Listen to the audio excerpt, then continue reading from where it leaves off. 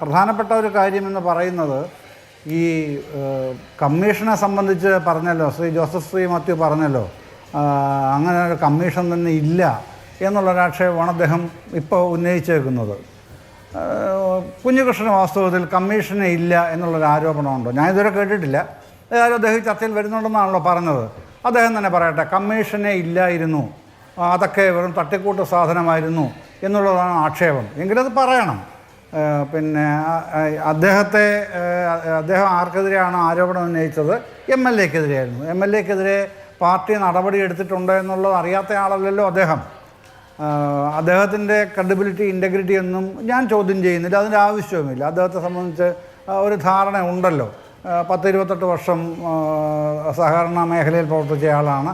അതിനു മുമ്പ് CPIM-ൻ്റെ ബന്ധങ്ങളൊക്കെ ഉണ്ടായിരുന്ന ആളാണ്. അതിനുശേഷം സർവീസിൽ നിന്ന് പിരിഞ്ഞ ശേഷവും സർവീസിലുണ്ടായിരുന്ന കാലത്ത് ആ സംഘടനയുടെ സംസ്ഥാന സെക്രട്ടറി വരെ ആയിരുന്ന ആളാണ്.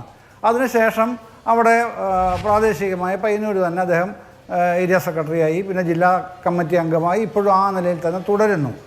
അദ്ദേഹത്തിന് ഈ പാർട്ടിയുടെ കാര്യങ്ങളൊന്നും അറിയാൻ വയ്യാത്ത ആളേ അല്ലല്ലോ ഒരു കാരണവശാലും. ഓഡിറ്ററായിരുന്ന ആളാണല്ലോ അവിടെയും ഇവിടെയും. അദ്ദേഹം പാർട്ടിയിലെ ഈ കേസുകളൊക്കെ ഓഡിറ്റ് ചെയ്ത ആളാണ്. എന്തായിരുന്നു അടിസ്ഥാന പ്രശ്നം മാധു? ഈ പിന്നെ 4 റസീറ്റിൽ പ്രശ്നങ്ങൾ ഉണ്ടായി എന്നാണ് ഞാൻ മനസ്സിലാക്കിയത്, പാർട്ടി അന്വേഷണ കമ്മീഷൻ കണ്ടെത്തിയത്. അതായത് ഈ ഇടത് ജനാധിപത്യ മുന്നണി എന്ന് പ്രിൻ്റ് ചെയ്യുമ്പോൾ ഇടത് എന്ന ചന്ദ്രക്കല 4 എണ്ണത്തിൽ, ബാക്കിയുള്ളതിൽ ഇടതു, തായ്ക്ക് കുനിപ്പ്. അപ്പോൾ ഈ 2 പ്രശ്നങ്ങൾ വെച്ചിട്ടാണ് അതിൻ്റെ അകത്ത് ഇത് ഫേക്കാണ് എന്ന് അദ്ദേഹം എസ്റ്റാബ്ലിഷ് ചെയ്തത്. ചെയ്യാൻ ശ്രമിച്ചതെന്നല്ല ഞാൻ പറഞ്ഞത്, അദ്ദേഹം എസ്റ്റാബ്ലിഷ് ചെയ്തത്. അത് പാർട്ടിയും അംഗീകരിച്ചത്.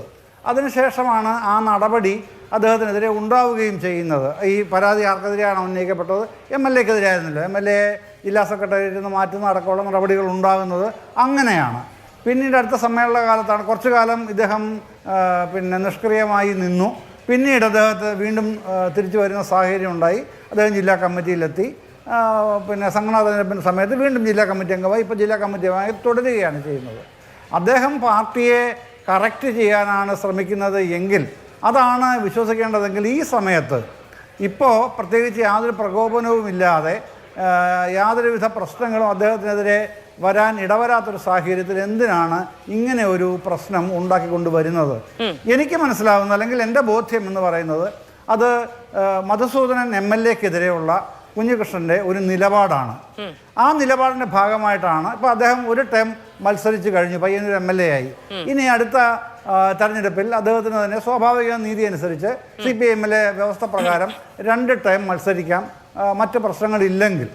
അപ്പോൾ അദ്ദേഹത്തിന് അവസരം നിഷേധിക്കുക എന്നുള്ള ഒരു താല്പര്യം അല്ലാതെ ഇതിൻ്റെ അകത്ത് ഞാൻ ഇപ്പോഴത്തെ നിലയിൽ ഈ പ്രശ്നം പുറത്തു വന്നതിന് മറ്റൊരു കാരണം ഞാൻ കാണുന്നില്ല. ശരി, ഓക്കെ, ശരി. ഇത് നോക്ക്, ഈ ഫണ്ട് വിനിയോഗവുമായി ബന്ധപ്പെട്ട് അതിൻ്റെ ആ കമ്മിറ്റിയുടെ എന്താണ് സെക്രട്ടറി തന്നെ K മധുസൂദനായിരുന്നു. അപ്പോൾ അദ്ദേഹത്തിനെതിരെ അല്ലാതെ മറ്റാർക്കെതിരെയാണ് ആരോപണം ഉന്നയിക്കുകയാണ് എങ്കിൽ ഉന്നയിക്കേണ്ടത് എന്നുള്ളത്, നമുക്ക് അദ്ദേഹത്തിനെതിരെ അല്ലാതെ മറ്റാർക്കെതിരെയും ആരോപണം ഉന്നയിക്കാൻ കഴിയില്ല എന്നുള്ളതാണ്. കണക്ക് അവതരിപ്പിക്കാനുള്ള ബാധ്യതയും മധുസൂദനായിരുന്നു. ഇപ്പോൾ പാർട്ടി ഒരു നടപടി K മധുസൂദനെതിരെ സ്വീകരിക്കുന്നതും ആ തിരിച്ചറിവുകളിൽ നിന്നാണല്ലോ. ഈ ഫണ്ട് ചെലവഴിച്ച് 34 ലക്ഷത്തിൻ്റെ ചെക്ക് ആണ് നൽകിയത്. അതിൽ 29.25 ലക്ഷം കോൺട്രാക്ടറുടെ അക്കൗണ്ടിലേക്കാണ്, 5 ലക്ഷം ഏരിയ സെക്രട്ടറി ആരാണെന്ന് അറിയാമല്ലോ അല്ലേ?